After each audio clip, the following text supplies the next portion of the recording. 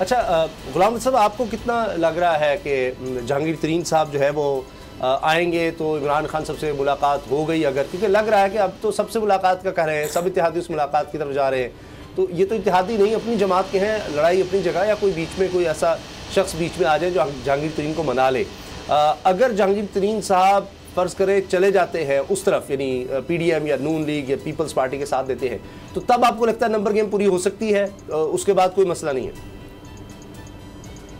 राब्ते उनके पाकिस्तान मुस्लिम लीग नवाज़ के साथ हैं बिल्कुल, और मुलाकात भी एक्सपेक्टेड है कि वो वहाँ पे उनसे मुलाकात भी कर लें, लेकिन राब्ते तो ज़ाहिर है अगर मुलाकात नहीं भी करते तो राब्ते तो हर दिन उनके होते हैं मियां नवाज शरीफ के साथ, और वहाँ पे अगर वो गए हैं तो वापसी पे अगर आप ये कहें कि उनके आने से वो लोग वोट डाल सकेंगे, ये कॉन्स्टिट्यूशनली असम्बली रूल्स के मुताबिक किसी भी तरह से मुमकिन नहीं है कि पाकिस्तान तहरीक इंसाफ के लोग जो हैं वो निकल के वोट कर दें पाकिस्तान मुस्लिम लीग नवाज़ के कैंडिडेट को, या तहरीक अदम में वो अपोजिशन के साथ खड़े हो जाएं।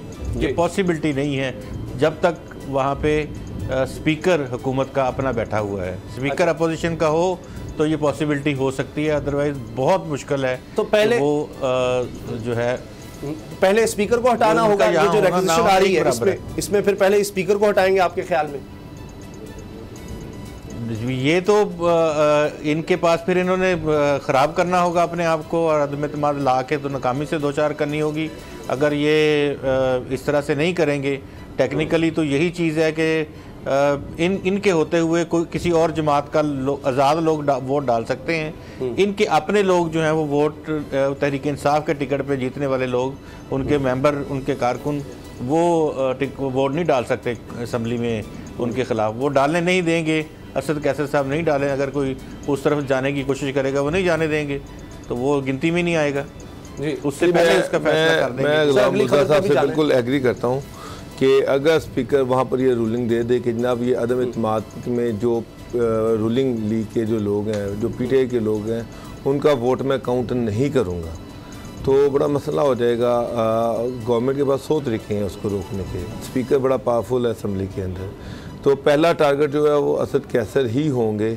और जो मेरी इत्तला है वो ये है कि 9 तारीख को अदम एतमाद की तहरीक पेश की जाएगी और वो स्पीकर के ख़िलाफ़ की जाएगी। और जब स्पीकर के ख़िलाफ़ अदम एतमाद की तहरीक अगर कामयाब होती है तो उसके बाद इमरान खान साहब से एतमाद के वोट लेने के लिए कहा जाएगा, और ये इसी तरह से ये आगे चलेंगे।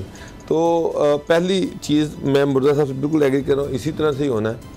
और उसमें अब की रोल जो है वो जहांगीर तरीन और उनके ग्रुप का होना है। और एक और चीज़ भी आपको बता दूं कि चौधरियों ने कह तो दिया है कि हम आपके साथ हैं, लेकिन मेरी इत्तला ये है कि तारिक बशीर चीमा जो हैं वो अभी भी दोनों तरफ खेल रहे हैं, अभी भी अपोजिशन के साथ और जहांगीर तरीन ग्रुप के साथ उनके राब्ते हैं, और वो खुद ये चाहते हैं कि बहावलपुर डिवीज़न जो है वहाँ पर उनको इंडिपेंडेंस दी जाए और नून लीग उनके मुकाबले में कैंडिडेट ना दे। सब्सक्राइब करें और बेल दबाएं ताकि कोई खबर रह न जाए।